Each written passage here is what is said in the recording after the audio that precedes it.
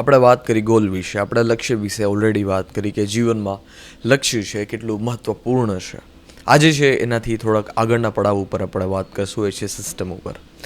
લક્ષ્ય એ તમને દિશા અવશ્ય આપી શકે છે, પરંતુ લક્ષ્ય સુધી પહોંચવાનું ઈંધણ છે, એ ઈંધણ છે તમને સિસ્ટમ આપશે. તમારી પાસે જ્યારે ઓપ્શન્સ હોય છે દિવસમાં કોઈ પણ કામ કરવા માટે, ત્યારે તમે કોઈ પણ કામ કરો છો ને આખો દિવસ છે વેડફી નાખો છો. એક સિસ્ટમ બિલ્ડ કરવી લક્ષ્ય પછીનું છે એ સૌથી પ્રથમ સ્ટેપ કહેવાય. લક્ષ્ય તો અવશ્ય પહેલું સ્ટેપ તો છે જ, દિશા તો અવશ્ય પહેલું સ્ટેપ જ છે.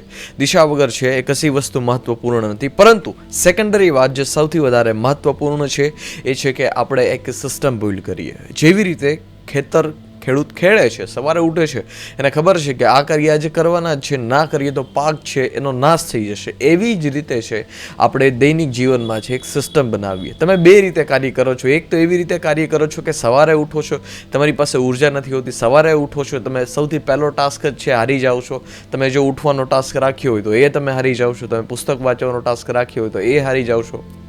અથવા તમે જ્યારે સવારે ઉઠો છો ત્યારે તમારું મૂડ ઓફ હોય છે.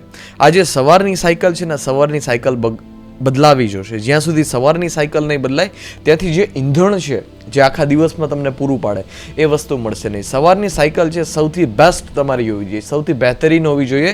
અને આ સાયકલમાં છે એ તમારો એક ઠશક હોવી જોઈએ, તમારી એક શાન હોવી જોઈએ. તમે જ્યારે મોર્નિંગ ડેની છે શરૂઆત કરો છો, સૌથી પહેલાં પોતાના બ્રેઇનમાં છે સેન્ટેન્સ નાખો કે આજનો દિવસ છે એ જીતવાનું થાય છે, આજના દિવસે છે લડવાનું થાય છે, પૂરી તાકાતથી લડવાનું થાય છે, પૂરી મહેનતથી લડવાનું થાય છે.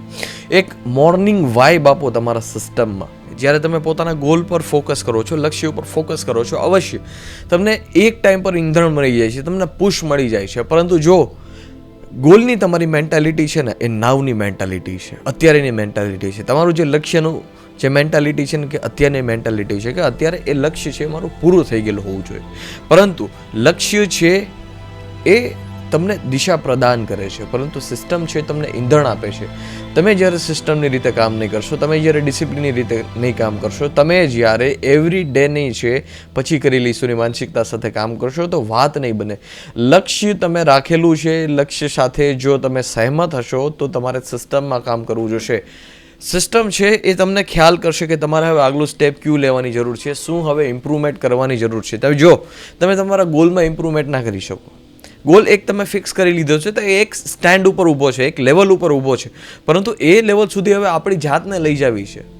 એવરી ડે માટે પોતાની જાતને ઇમ્પ્રુવમેન્ટ કરીને, એવરી ડે માટે પુસ્તકો વાંચીને, એવરી ડે માટે કંઈક નવું જે આપને લક્ષ્ય છે, લક્ષ્યની દિશા છે એ પહોંચવા સુધીમાં આપને જે કેન્દ્રિત કરી શકે, એ જ્યાં પહોંચવા સુધીમાં આપને જે મદદ કરી શકે ત્યાં સુધી પહોંચવું છે તો તમારે આ સિસ્ટમથી કામ કરવું જોઈશે, તમારે ડિસિપ્લિનથી કામ કરવું જોઈશે. ગોલ પર તમે જ્યારે 100% ફોકસ થઈ જશો અને ગોલ ડિપેન્ડેન્ટ તમે બની જશો, ગોલ ડિપેન્ડેન્ટ તમે બની ગયા એટલે તમારે ઇન્સ્ટન્ટ રિઝલ્ટ જોશે. અને ઇન્સ્ટન્ટ રિઝલ્ટ છે મળવાનું નથી. શું આવવાનું છે? બહુ બધું બર્ડન આવવાનું છે, બહુ બધું પ્રેશર આવવાનું છે, અને તમે શ્રેષ્ઠ રીતે છે કાર્ય નહીં કરી શકો. એટલા માટે સિસ્ટમપૂર્વક તમે કાર્ય કરો. એવરી ડે માટે તમે પોતાની જાતને ટાસ્ક આપો અને આ ટાસ્કને કમ્પ્લીટ કરો.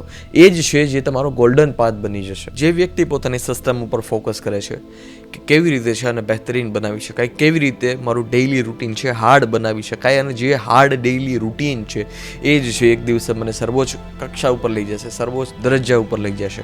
Hard system, hard daily routine છે એ તમારા ગોલને એક રમત બનાવી દેશે. પરંતુ જો તમે ખાલી ગોલ સેન્ટર રહ્યા અને વર્તમાનમાં ફોકસ ના કર્યું, વર્તમાનમાં એવી સિસ્ટમ ના બનાવી કે જે તમને ક્ષમતાવાન બનાવી શકે, જે તમારું કેરેક્ટર ના બનાવી શકે, તો પછી એક ડિપ્રેશનની જ સમસ્યા આવવાની છે, અનસેટિસ્ફેક્શનની જ સમસ્યા આવવાની છે.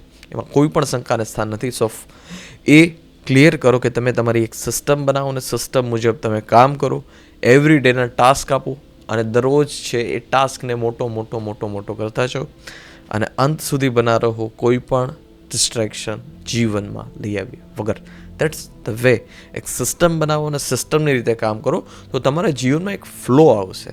બાકી ફ્લો નહીં આવી શકે, ઉથલ પાથલ જ રહેશે. ક્યારેક તમે પીક મહેસૂસ કરશો તો ક્યારેક તમે ડાઉન મહેસૂસ કરશો, અને આ રેસમાં જે છે તમે એક દિવસે હારીને પડી જશો.